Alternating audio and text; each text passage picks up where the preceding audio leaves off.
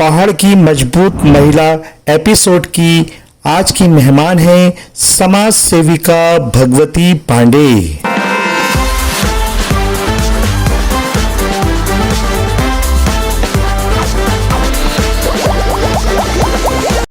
NGO ही हम लोगों ने साथ में ज्वाइन करा। वहाँ पे जो काम होता था तो वो सर बताते थे, हम लोग करते थे। उसके थ्रू बहुत सारे समूह भी बने हुए थे जिसके थ्रू हमारे जैसे खेती बाड़ी करना। हाँ, वहाँ कृषि का ये था उसमें कि जैसे कृषि विकास समिति के उससे उन्होंने समाज सेवा का असली मायने तो कई सारी मतलब चीजें है या प्रसिद्धि प्राप्त करना है। नहीं, दोनों है वैसे दोनों तो है। हाँ, क्योंकि आप अगर समाज सेवा कर रहे हो तो आपके पास धन भी होना चाहिए।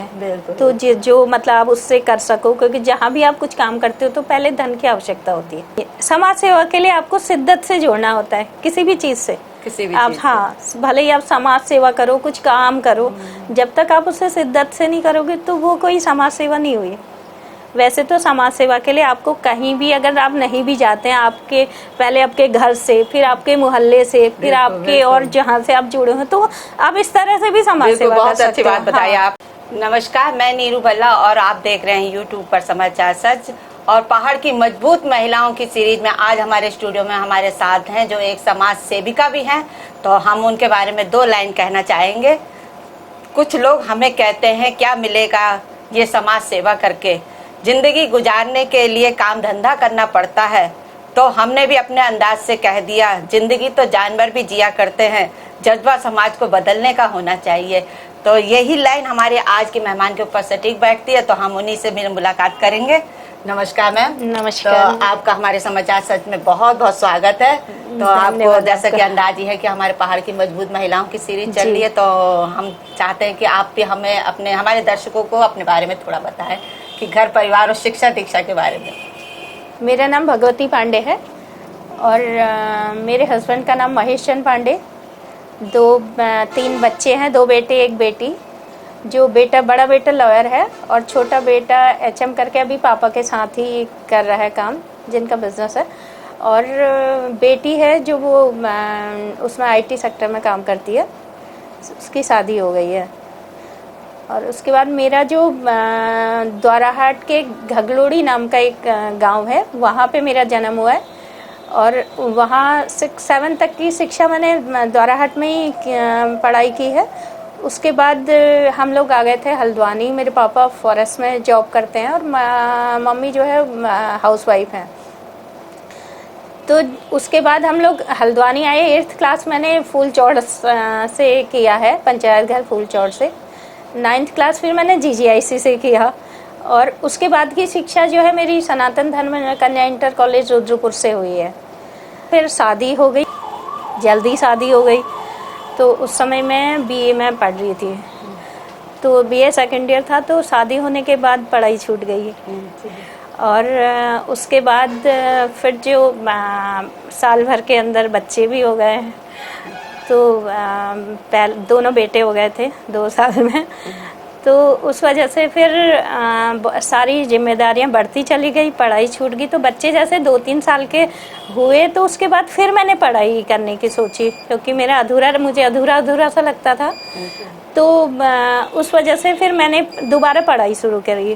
प्राइवेट फॉर्म भरा था DSB कॉलेज नैनीताल से।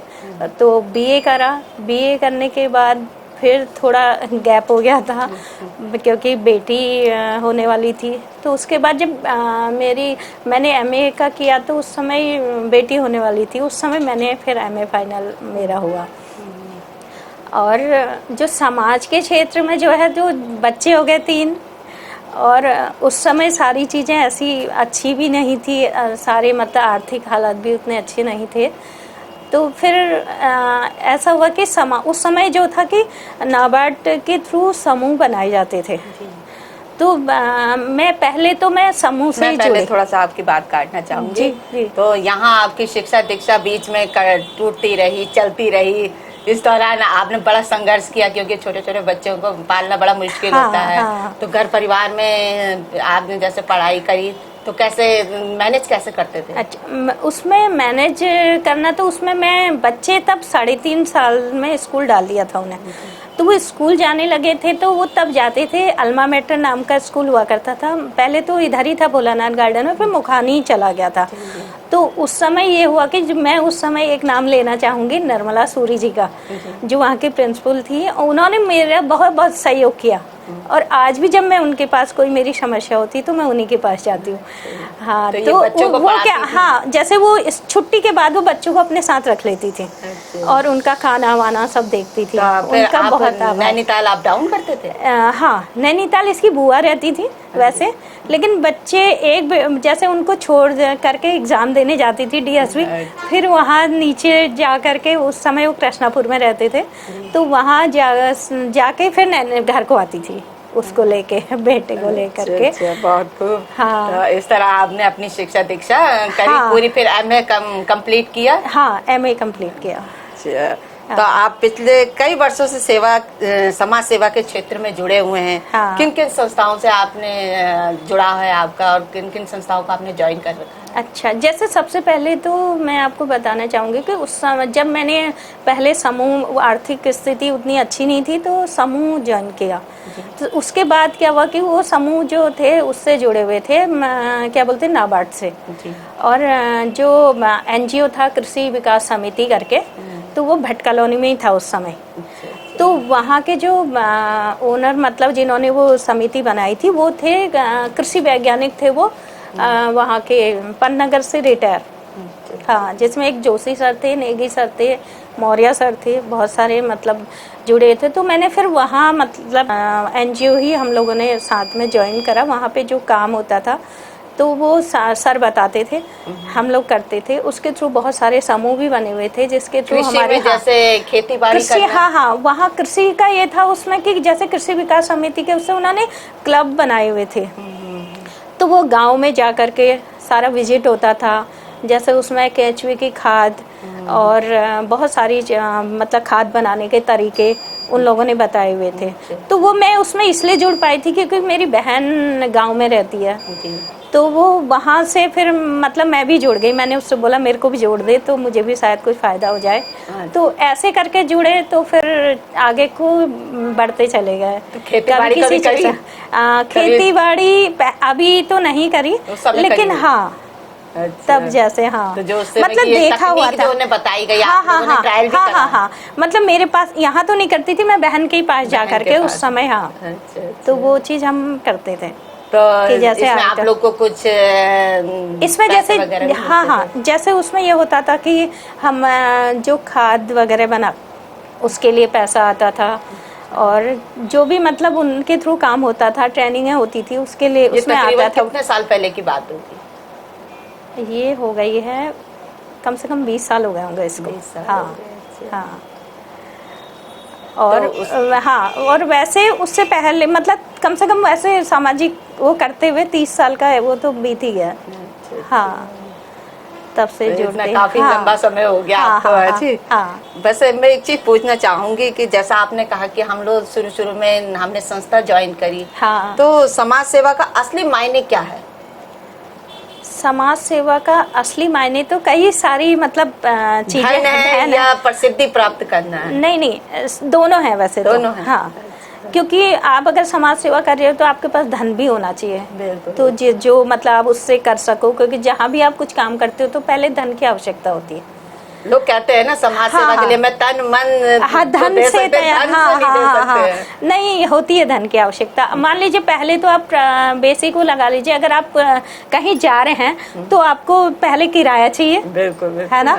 तो अगर फिर वहाँ पर जब आप कुछ कर रहे हो तो वहाँ पर काम करने के लिए जहाँ पर अगर पैसा वो लोग दे रहे हैं तो कमी पेशी है, वो आपको अपनी तरफ से करना होता है। तो धन की तो सबसे ज़्यादा आवश्यकता है। बाकी आज का जो मोटिव मैं जहाँ तक मैं देखती हूँ लोगों को, वो प्रसिद्धि भी है, प्रसिद्धि, हाँ, लेकिन हाँ, लेकिन मेरा मानना है अगर आप काम करते हो तो आपका काम दिखता है तो आपकी प्रसिद्धि वैसे ही हो जाती है, ऑटोमेटिक, हाँ, सब जानने लग जाते हैं, क्योंकि काम दिखता है, मेरा मानना है। ये है। पैसा भी आता है? पैसा समाज सेवा से आप किस क्षेत्र में जुड़े हो वो मायने रखता है आपके लिए। अगर आप जैसे कहीं हम जब एनजीओ से जुड़े थे, कहीं ट्रेनिंग देने जाते थे, तो वहाँ उसमें आपको पैसा भी मिलता है। जैसे हम लोग आजकल सुनते हैं कि जो समाज सेवा अब लोग करने लगे हैं कुछ सालों से, इसका एक ट्रेंड सा टाइप का चल गया है हाँ, कि हाँ। हर कोई, मैं क्या हूँ, समाज सेवी हूँ, हाँ, समाज सेवक हूँ, समाज से जुड़ा हूँ। हाँ। तो ये इसको आप कहाँ तक सही मानते हो कि लोगों ने मतलब एक छोटी छोटी पैसा नहीं मिलता हमें, कुछ पैसा, लोग सोचते हैं शायद इसमें पैसा आता है। हाँ। तो ये आप इन्हें सही मानते हो कि छोटा सा काम करके भी समाज सेवी बन जाता है? नहीं, ये इसको समाज सेवा नहीं कहते? नहीं, इसको मैंने समाज किसी का सेवा एक्सीडेंट हुआ, मैंने उसे उठा दिया, ये मेरी नहीं। समाज सेवा हुई। मैंने किसी गरीब को खाना खिला दिया, ये हाँ। ऐसा कुछ नहीं, समाज सेवा के लिए आपको शिद्दत से जोड़ना होता है किसी भी चीज़ से। किसी भी आप चीज़ हाँ, भले ही आप समाज सेवा करो, कुछ काम करो, जब तक आप उसे शिद्दत से नहीं करोगे तो वो कोई समाज सेवा नहीं हुई। वैसे तो समाज सेवा के लिए आपको कहीं भी अगर आप नहीं भी जाते हैं, आपके पहले आपके घर से, फिर आपके मोहल्ले से, फिर आपके और जहाँ से आप जुड़े हो, तो आप इस तरह से भी समाज सेवा कर बहुत सकते अच्छी हो। बात बताई हाँ। आपने। ये मैं भी यही पूछना चाह रही थी हाँ। कि समाज सेवा अकेले चला वाला, अकेला नहीं। चल वाला होता है या लोगों को जोड़ना भी होता है? नहीं, आपके साथ जब कुछ लोग होते हैं तभी आप कर पाते हो। अकेले आप किसको समझाओगे? अगर आप 2 जने होते हो, 4 जने होते हो, तो उसका प्रभाव लोगों पे ज़्यादा पड़ता है। नहीं तो लोग आपको, हमारे मेरे से लोग खुद कह देते हैं इसको कुछ ना कुछ मिलता होगा इसीलिए तो चली जाती है। बिल्कुल बिल्कुल हाँ। बिल्कुल। तो ये आपको बातें भी बहुत सारी सुननी होती है, जहाँ तक मतलब लोगों मेरा को है, मोटिव होता है मेरे ना साथ कि पैसा मिलेगा, हम समाज में एक अच्छा सबसे पहले समाज सेवा अगर आप किसी को जोड़ते हो तो आपके सामने यही सवाल आता है कि कितना पैसा दोगे, क्या मतलब आपको इससे फ़ायदा हो रहा है या हमें क्या फ़ायदा होगा इससे। अच्छा, पहले तो इंसान इस सोच तरह लेता का- दिमाग में अपनी बात बिठा लेता है। हाँ, जब किसी से ऐसी बात होती है तो हर कोई यही मतलब सवाल करता है। इसी सोच से वो आगे जाता है कि ये समाज सेवा है। जहाँ तक है कि मतलब से ही ज्यादातर चीजें, मतलब मेरा मानना है, तो ये जहाँ तक सही मेरे मायने में सामने सही नहीं है, जहाँ सही मतलब नहीं होता है। है तो। नहीं, समाज सेवा का मतलब नहीं है। तो आप इस क्षेत्र में कई वर्षों से जुड़े हुए हैं जी। तो आपने बदलाव भी देखे होंगे बहुत। हाँ, बहुत सारे बदलाव, जैसे कि समाज, जैसे जो कई लोग हैं, कई संस्थाएं हैं, वो हैं तो जो काम तो दिखाते हैं लेकिन उसमें काम होता नहीं है उस तरीके से। मैंने ये भी देखा हुआ है। पहले तो लोग जो इसलिए काम कभी- करते थे पूरी शिद्दत हाँ, से करते पूरी थे। शिद्दत से करते थे। पैसा तो जब आएगा तब आएगा। हाँ, पैसे का ऐसा कोई मोटिव नहीं है कि अगर आप करोगे, काम कर रहे हो तो पैसा तो आएगा। हाँ, ये है। तो जैसे हमने पहले देखा था लोग अपने, जैसे आपने बताया अभी कि हम पहले घर से, फिर मोहल्ले से ही शुरू होता है, हालांकि हम बाहर वालों को क्या जाने। हाँ। तो इसी तरह आपने भी कोई ऐसा काम किया जो आपने जोड़ा अपने मोहल्ले की महिलाओं को, बच्चों को भी पढ़ाने का काम किया, इस तरह कभी? बच्चों को जब मैं पढ़ाया, मैंने जब मैं यहाँ पर आई भट्ट कॉलोनी में, तो हमारे सामने बैकवर्ड में ही वो हमारी जो बस्ती है। हाँ जी। हाँ, तो मैं वहाँ पर देखती थी वो बच्चे ऐसे घूमते रहते थे, वो होते थे, तो मैं उनको मैंने पढ़ाना शुरू किया। तो आते भी थे बच्चे। फिर धीरे धीरे जैसे वो बड़े हो गए और मेरा भी अपना, मैं और कामों में बिजी हो गई, तो फिर नहीं पढ़ा पाई उन लोगों को। लेकिन मैंने शुरू में ये किया कि मैं उन लोगों का स्तर, आज भी मैं उनको कन्विंस करती हूँ, जैसे कि हमारे कि बच्चे जो आजकल नशे की तरफ जा रहे हैं, जी, और वो हो रहे हैं, तो हमारे सामने तो एक उदाहरण ही है वो, जब वहाँ पर हैं तो मैं उनको समझाती हूँ कि आप ये मत करो, आप पढ़ाई करो, या आपके पास कोई हुनर है तो आप प्रैक्टिकल के तौर पे प्रैक्टिकल करो और उसको अपनाओ, उस काम को अपना, तो ताकि उनका आगे को जीवन सुधर सके। प्रैक्टिकल शब्द भी आपने बहुत अच्छा बोला कि हाँ, समाज सेवा एक बड़ा, हाँ, लोग नाम तो दे देते लेकिन प्रैक्टिकल नहीं करते हैं। हाँ जी। तो आपको समाज सेवा की प्रेरणा कहाँ से मिली, पहले ये बताइए। समाज सेवा में, क्योंकि एक आप अच्छे पढ़ाई अच्छी कर रखी है आपने, हाँ। बड़ी मेहनत से पढ़ाई की, और आपकी कोई जॉब भी हो सकती थी, कोई बिजनेस भी कर सकते थे, छोटा मोटा अपनी अर्निंग का एक साधन बना सकते थे। हाँ, वो समाज सेवा की प्रेरणा तो जैसे बचपन से ही, मतलब एक वो देखा ना कि अपनी दादी को, अपनी मम्मी को दूसरे की हेल्प करते हुए, उसकी मतलब जो दुखी होता था उसके दुख में दुखी होते हुए और उनकी हेल्प करते हुए, तो तो वो प्रेरणा तो बचपन से चली आ रही है। हाँ, तो और फिर पहाड़ में रहे कुछ टाइम, तो वो ये होता है कि जब आप जैसे समाज में या जैसे जीवन आपका वो होता है तो उसका प्रभाव भी बहुत पड़ता है। तो वैसे भी पहाड़ का तो जीवन एक स्ट्रगल वाला ही है, तो वहाँ की महिलाएं मतलब पुरुष भी अच्छा मतलब बहुत ज़्यादा स्ट्रगल करके ही करते हैं। वहाँ तो ऐसी कोई आपने चीज़ वहाँ पर इतनी जैसे सुविधा। आप यहाँ तो आप शहर में रहते हो जी। तो वहाँ पर ऐसा क्या देखा अलग से कुछ, जैसे लोगों की आर्थिक स्थिति सही नहीं है, मेहनत ज्यादा है एकदम, जैसे महिलाओं की क्या स्थिति रही? मतलब मैं वैसे द्वाराहाट से हूँ, और द्वाराहाट में एक गांव है घगलोड़ी, तो वहाँ मेरा जन्म हुआ है, और वहीं से मैंने फर्स्ट से लेकर 7th तक की शिक्षा मैंने पाई है। तो वहाँ ये है कि बचपन से ही ना, जैसे आपको यहाँ पर तो हमारे साथ सारे घर नल है घर पे, तो वहाँ तो हम जैसे सुबह आप उठ रहे हो तो हमें हमारे यहाँ जो पूजा होती है उसमें हमारे यहाँ देवताओं को नहलाया जाता है, तो वो पानी भी हम कुछ डिस्टेंस में जा कर के दूरी में, क्योंकि पहाड़ उबड़ खाबड़ वाला होता है, तो वहाँ से जा कर के हम पानी लेके आ रहे हैं। और उसके बाद कई सारी चीज़ों को मतलब मैंने देखा कि वहाँ पे जब जाड़ों के टाइम में एक सफ़ेद बर्फ़ की चादर सी जम जाती है, जो वो पाला होता है वो जम जाता है, तो उस ठंड में, जबकि ऐसी किसी के पास तो चप्पल नहीं होती थी, तो मैंने वो देखा है अपनी दादी को पानी लाते हुए, अपनी मम्मी को नंगे पैर जा रहे हैं, क्योंकि कईयों के पास तो जैसे वैसे कईयों की आर्थिक स्थिति बहुत अच्छी भी थी, ऐसा नहीं है, और कई गरीब परिवार होते हैं तो उनको ज़्यादा स्ट्रगल करना पड़ता है।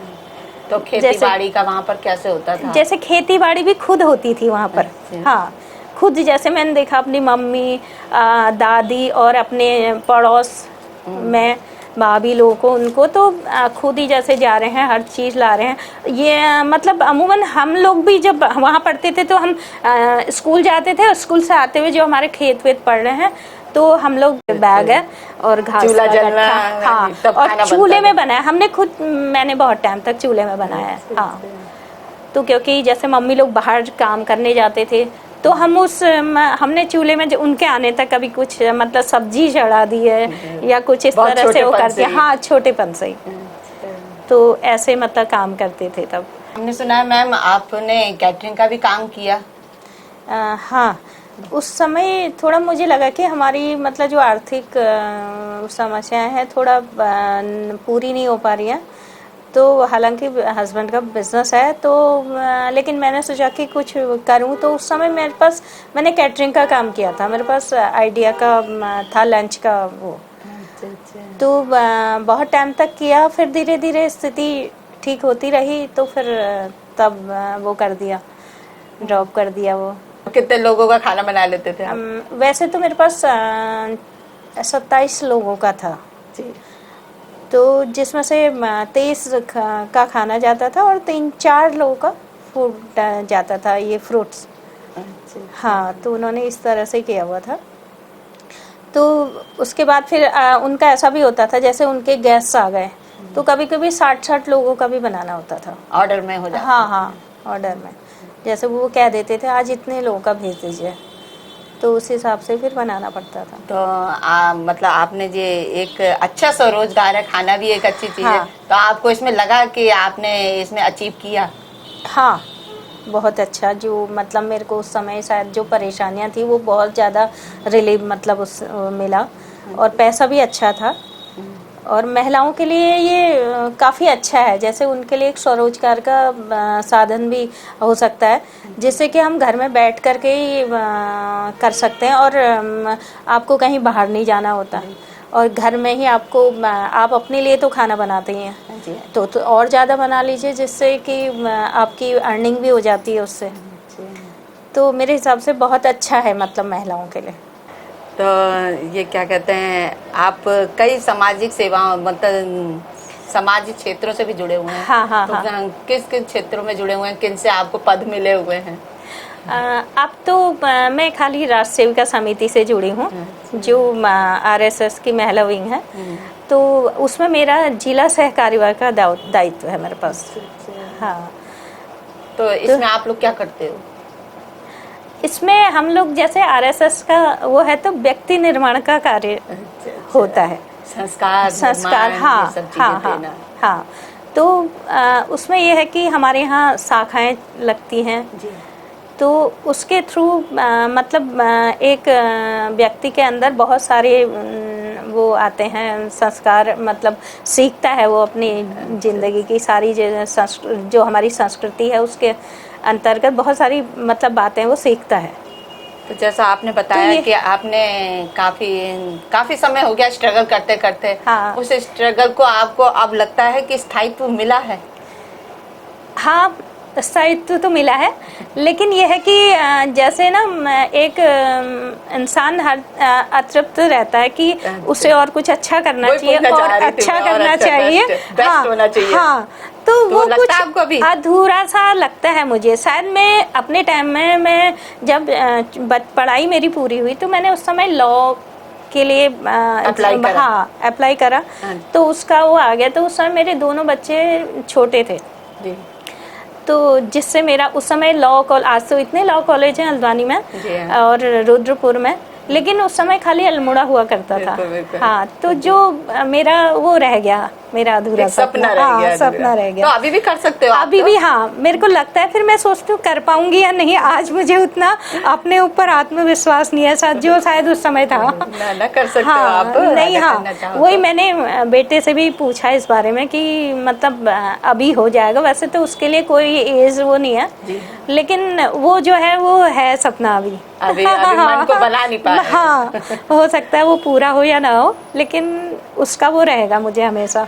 आपके इतने बड़े सफर में आपके परिवार का कितना सहयोग रहा? पति बच्चों का क्या सहयोग रहा? पति का मूक जो वो है वो रहा।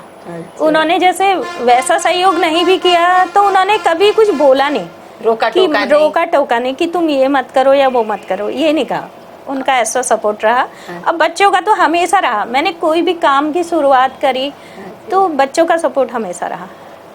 हाँ, कि जैसे बाहर से भी कभी सुनने को मिला कि तुम्हारी मम्मी या परिवार वालों ने ही कहा तुम्हारी मम्मी ये कर रही है या ज़्यादा खर्चा कर देती है, ये वो, तो बच्चों का रहता था कोई बात नहीं, वो इस एज में मतलब कर रही है तो हम मना नहीं करेंगे। हाँ, बच्चों का पूरा रहा। हाँ, तो मैम कभी आप लोग अब इतना बड़ा जो आपने सफर तय किया है जी, तो इसमें कभी आपके साथ ऐसी घटना हुई होगी जो एक यादगार टाइप की होती है? कहते हैं हमारे जीवन को सुख या दुखी या सुखी कर जाती है। हाँ, वैसे तो मेरा ऐसा वो नहीं रहा कभी भी। मेरा बहुत मतलब मुझे जो लोग मिले अपनी लाइफ में बहुत अच्छे मिले, बहुत सपोर्टिव मिले।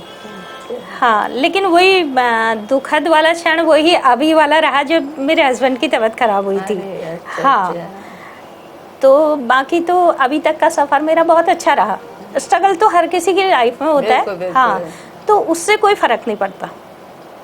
हाँ, लेकिन जब आप टूटने की कगार पे होते हो तो वही पल एक यही रहा कि शायद मैंने उससे पहले जो डिसीजन लिए थे उसमें भी मुझे मतलब लगा कि मैंने बहुत अच्छा किया, लेकिन अगर शायद मैं ये नहीं करती तो क्या होता। इंसान बहुत सारी चीज़ें सोचने लगता है। तो लेकिन बाकी अच्छा रहा ऐसा। हाँ, कुल मिला के अच्छा रहा। हाँ, तो मैम हम चाहते हैं कि जैसे आपने समाज सेवा करी और जुड़े भी रहे, अभी तक जुड़े हुए हैं आप। हाँ, तो हम चाहते हैं कि अगर और लोग भी इस क्षेत्र में आना चाहें तो आप उन्हें कोई संदेश दे दीजिए। समाज सेवा में आना तो अच्छा है, लेकिन यह है कि आपको शिद्दत से सारी चीज़ें, आप जिस चीज़ से भी जुड़ें उसे शिद्दत से जिएं, या कोई काम करे तो उसे शिद्दत से करें, तो आपको सफलता अवश्य मिलेगी। मैं यही कहना चाहूँगी कि सभी मतलब महिलाओं से, और महिलाओं को कुछ ना कुछ करते भी रहना चाहिए जिससे कि उन्हें मतलब एक प्रेरणा बन सके दूसरों के लिए। बहुत बहुत धन्यवाद मैम। तो देखा, मैम ने बताया कि अगर समाजी क्षेत्र में भी आपने जुड़ना है, समाज सेवा करनी है तो बहुत शिद्दत से ही करनी पड़ती है। तो इसी तरह हम आगे भी आपको नई नई महिलाओं से मिलाते रहेंगे और इसी तरह आगे जुड़ते रहेंगे। और अगर आपने हमारा चैनल सब्सक्राइब नहीं किया, लाइक नहीं किया, तो चैनल सब्सक्राइब कीजिए और आगे भी हमारे साथ इसी तरह जुड़े रहिए। धन्यवाद। नमस्कार।